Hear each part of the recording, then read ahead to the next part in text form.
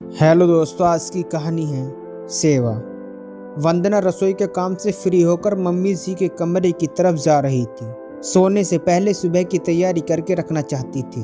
सुबह तो खुद के लिए भी ढंग से वक्त नहीं मिलता, ऊपर से नंद अचानक से शाम को अपने ससुराल से आ गई तो काम वैसे भी बढ़ गया। स्कूल जाने से पहले सुबह ढंग से थोड़ा बहुत काम कर जाए, इसके लिए पहले से तैयारी कर लेना बेहतर है। स्कूल में वार्षिक परीक्षा चल रही है तो छुट्टी लेना तो असंभव है।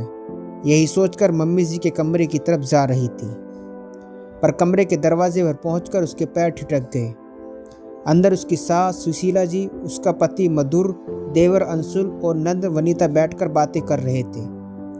बार बार वंदना का नाम आ रहा था, इसलिए वंदना ने बात सुनना ही उचित समझा।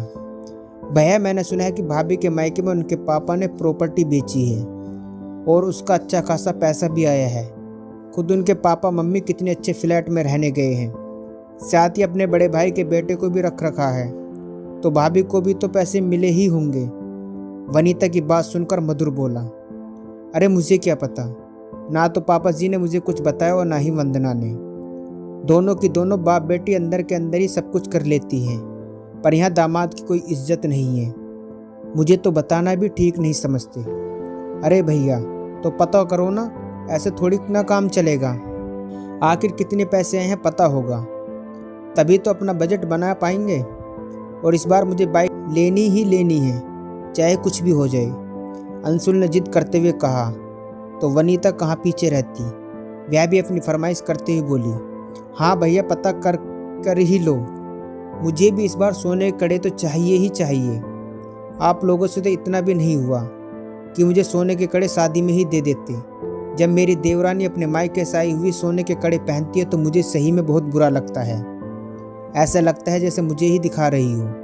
तभी सुशीला जी भी बोली, तुम दोनों चुप करो, मुझे बात करने दो।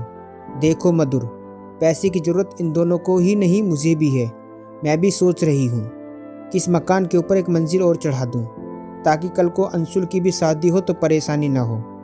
अब हम लोग तुमसे नहीं कहेंगे तो किससे कहेंगे? बहू के पास पैसा रखा है और हम लोग परेशान हो रहे हैं, ये कोई बात होती है क्या? उल्टा जब पैसे हमारे पास हों तो हमें तो हमारा स्टैंडर्ड बढ़ाना चाहिए। तुम अपने ससुर जी से पूछोगे तो अच्छा नहीं लगेगा, पर तुम वंदना से ही बात कर ही सकते हो ना कि आखिर प्रॉपर्टी को बेचने पर कितना नफ़ा हुआ है। आखिर वो अपने माता पिता की इकलौती बेटी है। आज नहीं तो कल सब कुछ तुम्हारा ही होना है। उनकी प्रॉपर्टी पर तुम्हारा भी पूरा अधिकार है। मुझे तो यकीन ही नहीं होता कि वंदना ने तुम्हें अभी तक कुछ नहीं बताया। और वंदना के ताऊजी के बेटे को क्यों रख रखा है? मधुर, संभल जा, नहीं तो मालूम पड़े तेरा हिस्सा वो तेरा साला ले उड़े। थोड़ी देर की खामोशी के बाद मधुर बोला, ठीक है माँ, मैं वंदना से बात करता हूँ। मैं भी सोच रहा हूँ कि नौकरी वोकरी छोड़कर खुद का बिजनेस ही शुरू कर लूँ। कब तक लोगों की जी हजूरी करता रहूँगा। अब ज़रा बात करता हूँ कितने पैसे आए हैं, ताकि आगे की प्लानिंग कर सकूं। वंदना ने उसके आगे कुछ नहीं सुना, वो उल्टे पैर वापस अपने कमरे में आ गई। उन लोगों की बातें याद कर उसका सिर दर्द से फटा जा रहा था। कितने लालची हैं ये लोग, जब देखो बहाना बनाकर उसके मायके से पैसे निकालने के लिए मुंह खोले बैठे रहते हैं। जैसे ये लोग कमाकर उसके मायके रख कर आए हैं कि उसके मायके वालों को जब उसकी ज़रूरत होती है तो ये लोग साथ भी नहीं खड़े होते। पिछले साल वनीता की शादी में भी पापा ने अपनी एफडी तुड़वाकर इन लोगों को कर्ज दिया था, जिसे तो ये लोग डकार गए।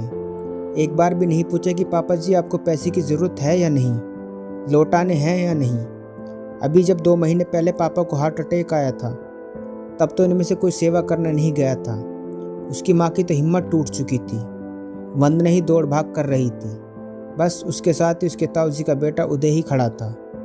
मधुर तो जब तक पापा हॉस्पिटल में रहे तब तक रोज शाम थोड़ी सी देर आकर चले जाते थे।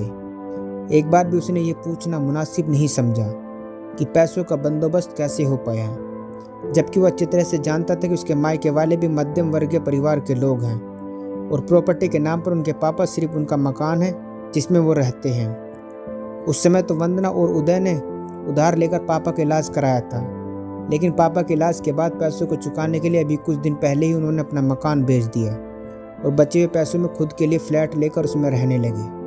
अब उसी बेचे हुए मकान के पैसे इन लोगों को नजर आ रहे थे। खैर, थोड़ी देर बाद अचानक सुशीला जी की आवाज़ आई, बहू जरा कमरे में आना तो। वंदना समझ गई कि उससे पैसे निकालने की रूपरेखा तैयार कर ली गई है, अब उसे बुलाया जा रहा है। वो उठकर के सुशीला जी के कमरे में गई तो सुशीला जी की जगह मधुर ने कहा, वंदना, मैंने सुना है कि तुम्हारे पापा ने अपना मकान बेच दिया है और वो फ्लैट लेकर रह रहे हैं, साथ ही उदय को भी अपने पास रख रखा है। हाँ, अभी कुछ दिन पहले ही बेचा है। आखिर कर्ज चुकाना था। उनका कौन सा बेटा हुआ है जो उनके कर्जे चुकाएगा या उनकी बीमारी का इलाज करवाएगा। और रही बात उदय की, तो अभी पापा को अकेला नहीं छोड़ा जा सकता। हाँ वो तो ठीक है, लेकिन कितने में बेचा? आखिर मैं दामाद हूँ, इतना हक तो मेरा भी बनता है कि मैं भी जानूँ कि पापा जी की प्रॉपर्टी बेच रहे हैं या कहीं फ्लैट ले रहे हैं, उनके पास कुछ बचा है या नहीं। अरे हाँ, आप तो दामाद हैं, आपका तो हक है सब कुछ जानने का। चलिए मैं बता देती हूँ आपको। पापा के इलाज में काफ़ी पैसे खर्च हो गया था। जो कर्जा लेकर के किया गया था, तो उसके कर्ज को चुकाने के लिए उनके पास कुछ नहीं था, सिर्फ वो मकान था। इसलिए उन्होंने बेचा।